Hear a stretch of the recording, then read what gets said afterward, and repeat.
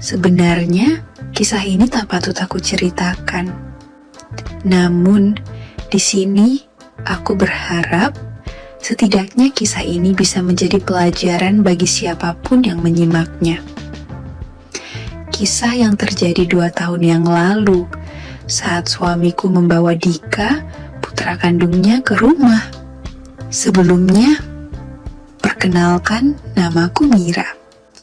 Aku seorang ibu rumah tangga berusia 45 tahun yang mempunyai 2 putra, Rico 10 tahun dan Ronald 8 tahun. Di usia kepala 4, aku masih aktif bekerja di kantor perpajakan. Sementara suamiku Wisnu berusia 55 tahun juga bekerja sebagai wakil direktur di salah satu perusahaan makanan di kotaku. Aku menikah dengan Mas Wisnu ketika dia sudah menjadi duda dengan 1 anak bernama Dika. Usianya 25 tahun. Semula, Dika tinggal bersama ibunya di kota yang sama denganku. Namun, karena ada masalah dengan keluarga, bahkan sampai berurusan dengan hukum, maka suamiku membawanya untuk tinggal bersama kami. Terhitung sudah 3 bulan Dika tinggal di rumahku. Dika pada dasarnya pemuda yang baik dan cepat beradaptasi dengan lingkungan. Ia juga cepat sekali akrab dengan kedua putraku yang notabene adik tirinya. Ia bisa mengambil peran sebagai kakak bagi mereka, dan kehadirannya membawa suasana baru bagi keluarga kecilku. Aku juga bisa lebih tenang bekerja di kantor, karena ada yang menjaga rumah ketika aku dan suamiku bekerja. Dika ini seperti replika suamiku sewaktu muda. Bahkan kalau boleh jujur, ia lebih ganteng karena ada perpaduan dengan wajah ibunya yang juga cantik menurutku. Sejauh ini, penilaianku terhadapnya selalu baik. Sampai suatu ketika, ada satu insiden dan merubah penilaianku terhadapnya. Saat itu, siang hari aku pulang lebih awal karena merasa kurang fit.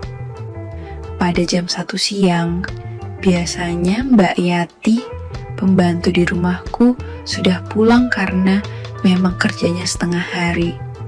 Tapi berbeda pada hari itu, tampak sendalnya masih ada di teras dan pintu depan tak terkunci. Awalnya, kuabaikan saja dan langsung masuk karena kepalaku juga pusing saat itu. Niatku ingin segera istirahat di kamar, tapi mendadak langkahku terhenti tatkala mendengar suara aneh dari arah dapur. Tadinya aku tak begitu peduli, tapi semakin lama suara itu justru semakin menjadi. Merasa penasaran, aku lantas melangkah ke dapur. Namun, apa yang kudapati justru benar-benar membuatku tercengang.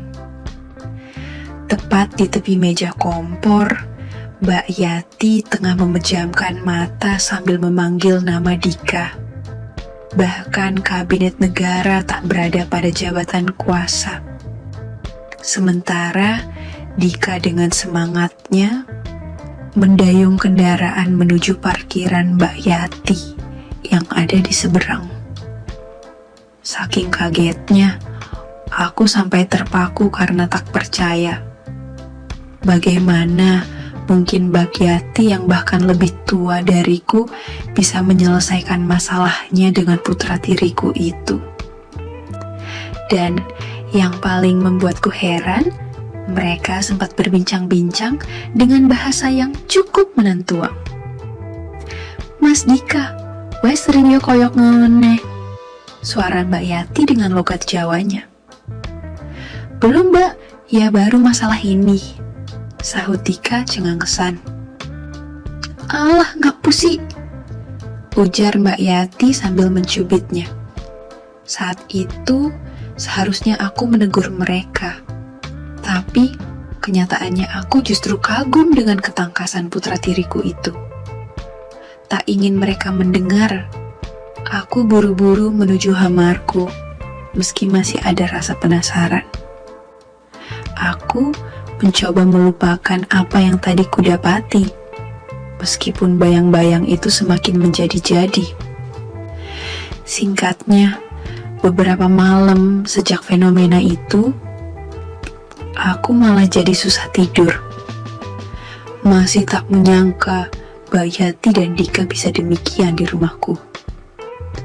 Begitu depresinya Kak Dika, sampai Mbak Yati yang menjadi pilihannya, pikirku.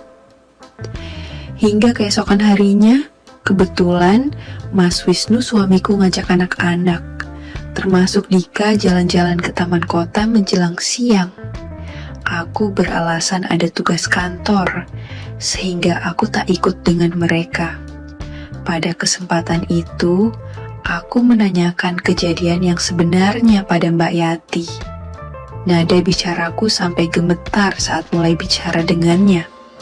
Awalnya, Mbak Yati pura-pura tak mengerti, tapi setelah dicecar dengan beberapa pertanyaan, akhirnya ia mengakui. Ia bahkan menangis dan meminta maaf khawatir aku akan memberhentikannya. Lawang Mas Dika dulu toh, Nyonya. Saya kan hanya bantu-bantu saja. Dari cerita Mbak Yati, ada perasaan miris bercampur kahet. Karena ternyata Dika yang masih muda cenderung memilih yang lebih tua. Dan yang lebih mengejutkan lagi, Dika rupanya juga memendam kekagumannya padaku. Aku shock, tapi anehnya timbul juga niat baik dalam hati yang ingin juga seperti Mbak Yati. Entahlah kenapa aku bisa begitu.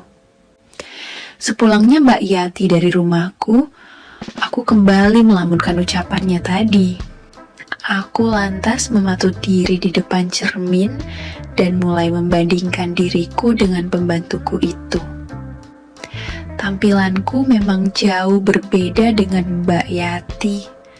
Selain postur yang lebih baik, aku jauh lebih cantik.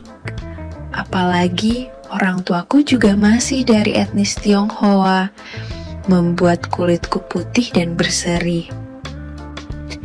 Entah kenapa aku jadi berpikir, mungkin tak ada salahnya jika aku mengarungi hal baru, tapi mikirin apa aku ini? Dika kan putraku, mana mungkin aku? Batinku sambil menggeleng menepis niat mulia itu. Berhari-hari aku mencoba melupakannya, namun nyatanya sia-sia. Bahkan, entah kenapa aku jadi salah tingkah saat berpapasan dengan Dika. Ada beragam perasaan yang aku sendiri bingung menjelaskannya. Rasa canggung, gugup dan juga penasaran menjadi satu dalam benakku.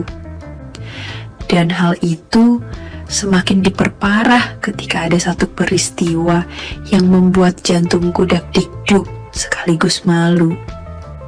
Yaitu ketika pagi, saat semua masih belum terjaga, aku yang baru saja selesai mandui, buru-buru berlari ke kamarku karena ada pertemuan di kantorku.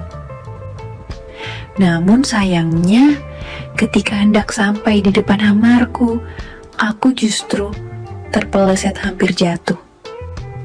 Entah secara kebetulan atau apa, Dika yang baru keluar dari kamarnya refleks menangkap aku. Alhasil, kami saling menatap canggung.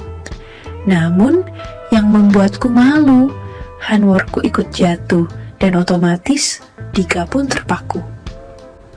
"Ma," ujarnya memperhatikan fenomena alam semesta tersebut. Dengan segera aku satset, lalu segera menuju kamarku.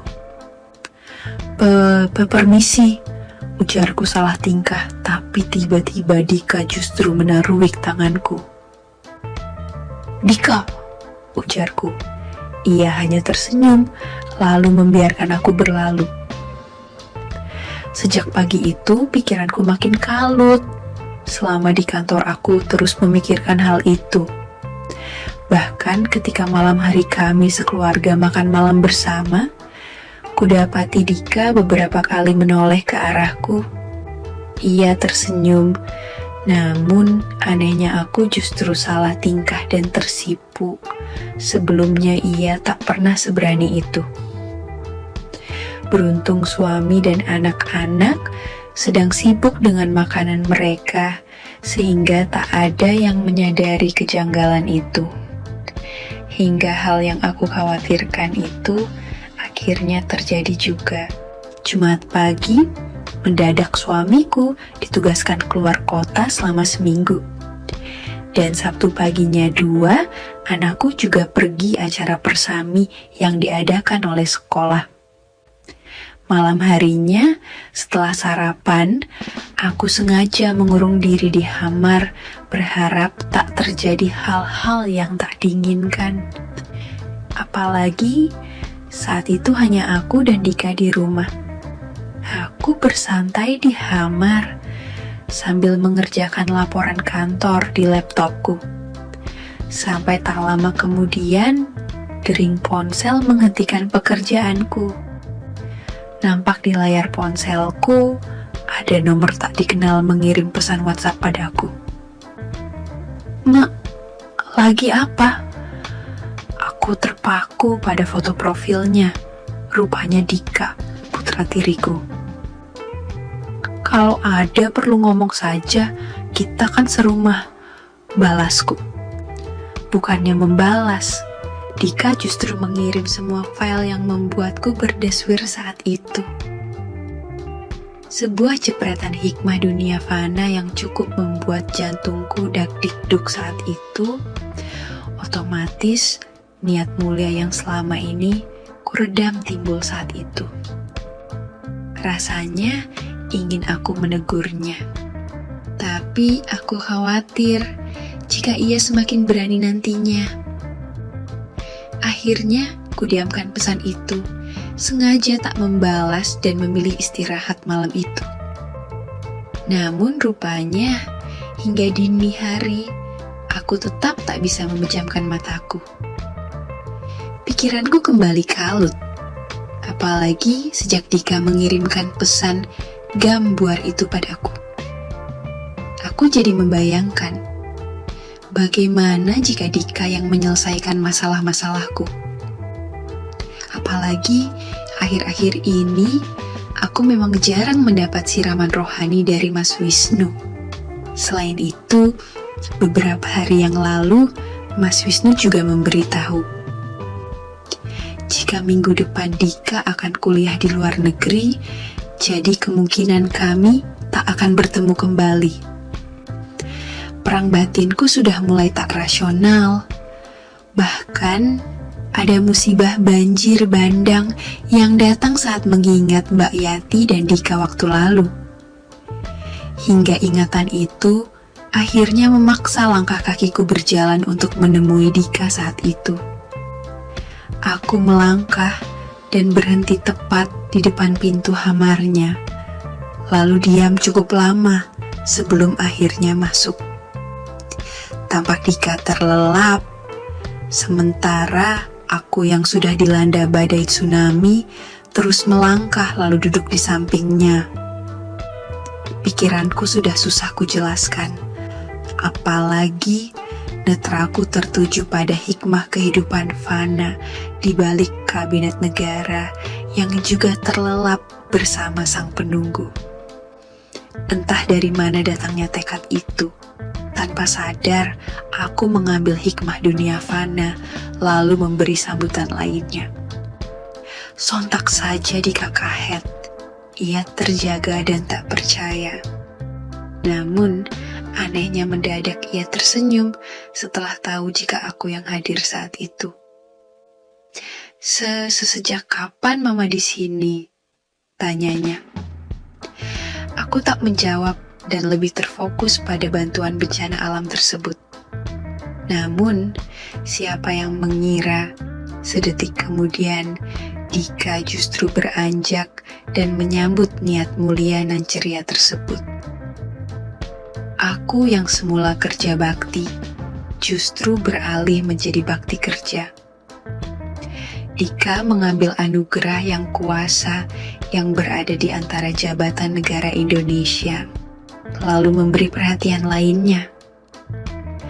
Aku benar-benar tak percaya, tapi ada perasaan gembira ria. Akhirnya, harapan mulia tersebut tak hanya menjadi angan, hingga pada saat Dika berjalan ke arah rerumputan pada Sahara Arabia, lantunan nada dering ponsel Nokia pun terdengar di sana. Rupanya, selain tekun, Dika juga sat-sat orangnya. Pantas saja Mbak Yati, pembantuku, semakin rajin kerja di rumahku. Beberapa langkah serta solusi disarankan untuk penyelesaian permasalahan tersebut. Sementara aku menyiapkan nirwana. Hingga pada saat Dika meletakkan hikmah kehidupan dunia fana pada wadiyahnya, ceramah rohani serta pidato presiden pun bergema di lapangan negara. Sungguh, aku tak mengerti dengan pikiranku. Ada rasa sesal, tapi juga ada gembira ria. Tapi, jika aku pikir-pikir, bukankah aku hanya sekedar membantu? Dan bukankah sebagai manusia kita harus saling membantu? Lagi pula minggu depan, Dika juga sudah tak di rumahku. Setelah melajukan kendaraan dengan volume sedang, akhirnya baik aku dan Dika pun tiba di parkiran dengan selamat sentosa. Dan saat itulah aku mendapatkan karcis yang selama ini aku tunggu-tunggu. Singkatnya, aku terdiam dan bingung cukup lama. Aku yang semula pede, mendadak gugup dan malu, apalagi masalah tersebut berasal dariku. Maafin Mama Kak, seharusnya Mama... Ujarku terhenti ketika Dika menimpali. Dika ngerti kok, Mak. Dika juga yang salah, sahutnya. Salah kenapa, Kak? Tanyaku walaupun sebenarnya aku tahu. Salah sudah mengagumi Mama, sahutnya. Mama sudah tahu kok, tapi nggak mungkin kan, Kak? Ujarku. Iya, Mak. Lagi pula sudah ada papa dan anak-anak juga kan, Ma? Sahutnya menunduk. Iya, Kak. Mama yakin suatu saat nanti kamu pasti dapat yang lebih baik dari Mama. Dika hanya mengangguk, sementara aku dengan berat hati pergi meninggalkannya. Aku melangkah menuju Hamar dengan membawa rasa sesal sekaligus perasaan yang sulit untuk kuartikan. Singkatnya, hari perpisahan itu pun akhirnya datang juga. Pagi itu, rencananya Dika berangkat ke bandara dengan diantar Mas Wisnu. Ia sudah berkemas dan bersiap untuk pergi. Dua putraku segera memeyuk abangnya itu saat berpamitan. Selanjutnya, berpamitan padaku yang juga berdiri di teras depan. Tentu saja, perasaanku campur aduk antara sedih, bersalah, tapi juga takut. Bukan takut suamiku akan mengetahuinya, tapi takut aku tak akan pernah lagi bertemu dengan putra tiriku itu.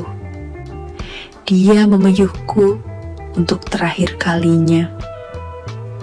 Doain Dika ya, Ma, ujarnya dengan wajah senduh. Sementara suamiku yang sudah menunggu di mobil hanya tersenyum melihat perpisahan kami yang haru. Tanpa sadar, aku menitikan air mata, mengingat semua yang tak akan mungkin terulang dan mungkin akan menjadi kenangan. Singkatnya, sudah 2 bulan setelah kepergian Dika, hidup kami menjadi normal seperti biasanya. Namun, yang berbeda, aku sering merasa mual dan pening tanpa sebab. Semula aku abaikan hal itu, tapi setelah 3 hari tak kunjung membaik, akhirnya aku memeriksakan diriku. Entah kenapa, aku merasa ini akibat masalah di masa lalu. Apalagi Mas Wisnu memang jarang sekali menunaikan kewajiban tersebut. Dan benar saja, setelah pemeriksaan tersebut, aku dinyatakan hualim. Kendati demikian, aku tak begitu khawatir karena yakin nanti wajahnya akan mirip suamiku. Begitulah kisah yang kualami beberapa tahun yang lalu. Tentu saja, kisah ini tak patut dicontoh dan ditiru. Di sini, aku hanya membagi pengalamanku. Ambil positifnya dan buang jauh negatifnya, dan semoga dengan kisah ini membuat kita lebih teguh imannya. Amin ya Rabbal Alamin. Sekian dulu ceritaku hari ini. Semoga ada pelajaran yang dapat dipetik. Terima kasih. Sekali lagi, tidak pernah lupa Mimin ingin mengingatkan bahwa tidak ada maksud untuk merusak moral. Tapi di sini kami selaku admin channel Makyem hanya berbagi pengalaman dari viewer saja yang tentu saja tidak untuk ditiru. Terima kasih sudah mau mendengarkan kisah nyata ini. Ambil baiknya dan buang buruknya dari cerita kisah ini. Semoga hal seperti ini tidak terjadi kepada kita semua, bosku, dan semoga kita semua dilindungi dari mara bahaya. Amin ya Rabbal Alamin. Terima kasih dan sampai jumpa di cerita selanjutnya. Jangan lupa like, komen, share, dan subscribe. Oh iya, kira-kira kalian semua bosku yang terhormat kepengen kisah-kisah yang seperti apa lagi nih? Tolong berikan komentar-komentar kalian di video ini ya.